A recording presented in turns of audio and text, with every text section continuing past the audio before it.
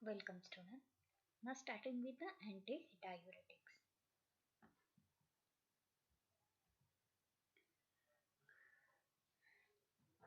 All of you know what is meant by the diuretics. Diuretics is defined as the drug that increase the amount of urine which is produced by the kidney. These are the diuretics. Now opposite team is the antidiuretics. Okay. What are the antidiuretics? This substance that inhibit the water excretion without affecting salt excretion against reducing the urine output, more precise term which is the anti-aquatics, and primary indication which is the diabetes insipidus. Okay, what is means by the diabetes insipidus? This diabetes insipidus, which is a disorders of salt and water metabolism. Okay, these are the disorder of the salt and the water metabolism marked by the intense thirst and the heavy urination. Okay, again, this diabetes insipidus occurs when the body cannot regulate how it handles the fluid, and the condition is caused by the hormonal abnormality and is not related to the diabetes. Okay,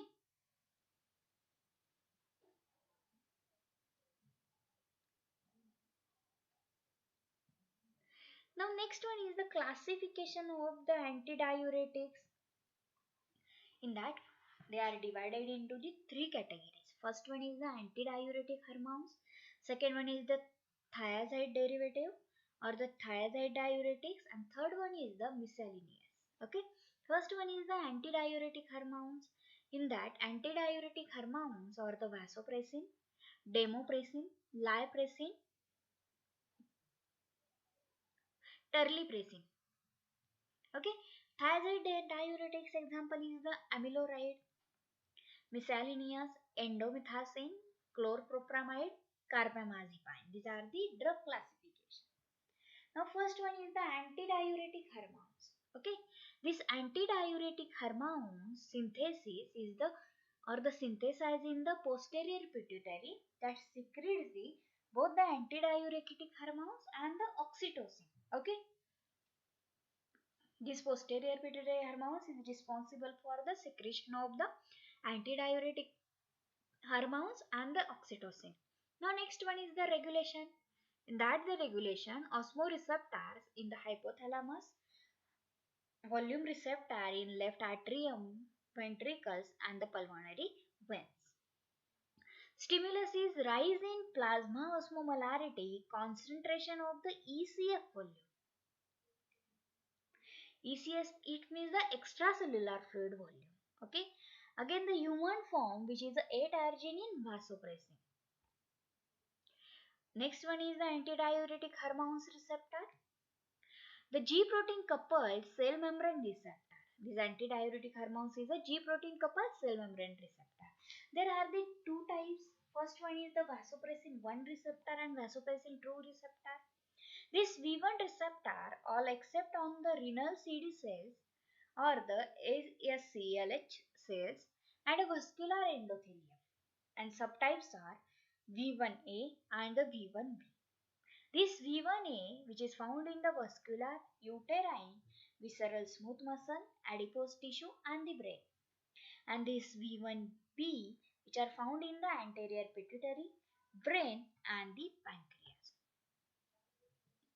This V2 receptor, which is a more sensitive, the location is the collecting duct in kidney, regulate the water permeability.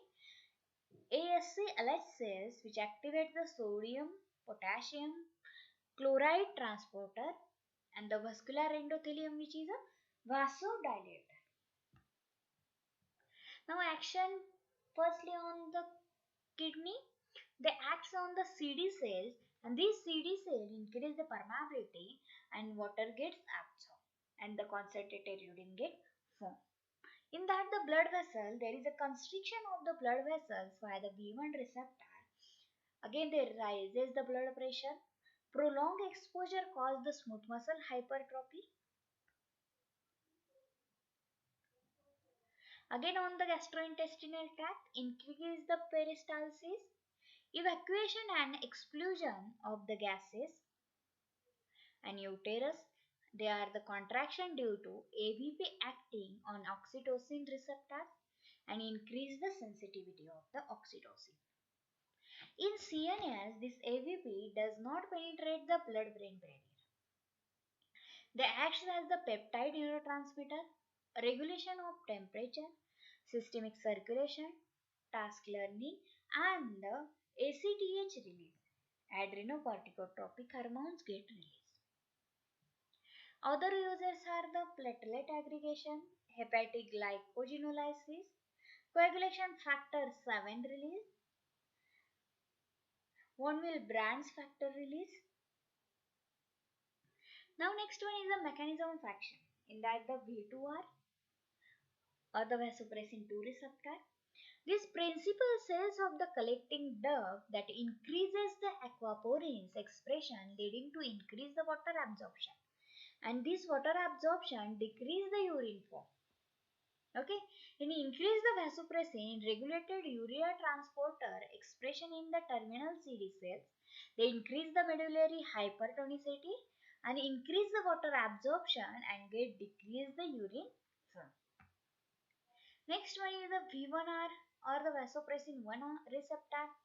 This constriction vasa recta diminishes the blood flow to the inner medulla. They reduces the washing off effect and helps in the maintaining high osmomolarity, contributing to the antidiuresis.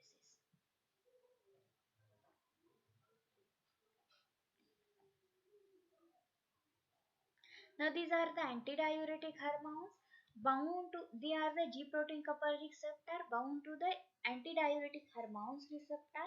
Okay, they activate the G protein and this get the ATP forms. This ATP activate the adrenal cycles and form the cyclic AMP. This cyclic AMP activate the one or more protein kinase. Okay, and this again activate the aquaporin 2. Aquaporin 2 or the water channel. Now next one is the AVP interaction. Lithium demylocycline partially antagonize the AVP action. And the next one is the NSAID, non-steroidal anti-inflammatory drugs. Example is the indomethacin. Augments the AVP, increase the renal PG synthesis. This carbamazepine, chlorpropramide. They potentiate the AVP action on the kidney. Next one is the vasopressin analog, lipressin, terlipressin, desmopressin. Okay. This lipressin is the 8-lysine vasopressin. Terlipressin, which is a synthetic prodrug of the vasopressin. Desmopressin, which is a synthetic peptide. Lipressin is less potent than AVP. Terlipressin is bleeding esophageal varices, and they are desmopressin is the selective V2 agonist. Now diplossin is the V1 and both the V1 and V2 activity. Okay, they are longer duration of action, which is a 4 to 6 hours, and the substitute for the AVP for V1 action. Now in terlipressin, bleeding of the esophageal varices, less severe adverse effect than the lipressin, and in desmopressin they are selective V2 agonist, 12 times more potent than AVP. They are negligible vasoconstrictor activity, longer duration of action, which is the 8 to 12 hours, and preparation of choice for all V2 mediator is the action, and they are the intranasal route is preferred. Bioavailability is the 10 to 20% and oral, which is the 1 to 2%. Now next one is the AVP uses. Based on V2 action, they are used for the diabetes insipidus, bedwetting in the children, nocturia in adults, renal concentration test, hemophilia, von Willebrand's disease, and based on V1 action, bleeding esophageal varices before the abdominal radiography.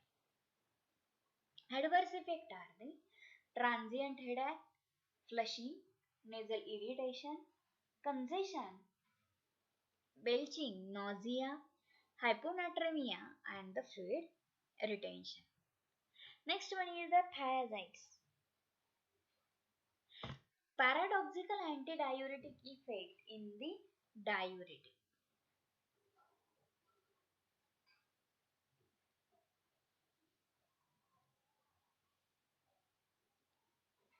Short and the brisk action, low efficacy, valuable in the diabetes insipidus as APP is ineffective.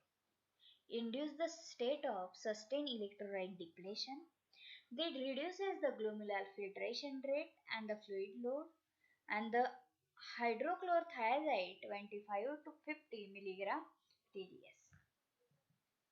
Other antidiuretics are amiloride, which is the endometh and the endomethacin, drug of choice that reduces the polyuria in the renal diabetes insipidus, reduces the renal prostaglandin synthesis, chlorpropamide, long-acting sulfonylurea, oral hypoglycemia, sensitize the kidney to antidiuretic action, and the carbamazepine, which is an anti-epileptic.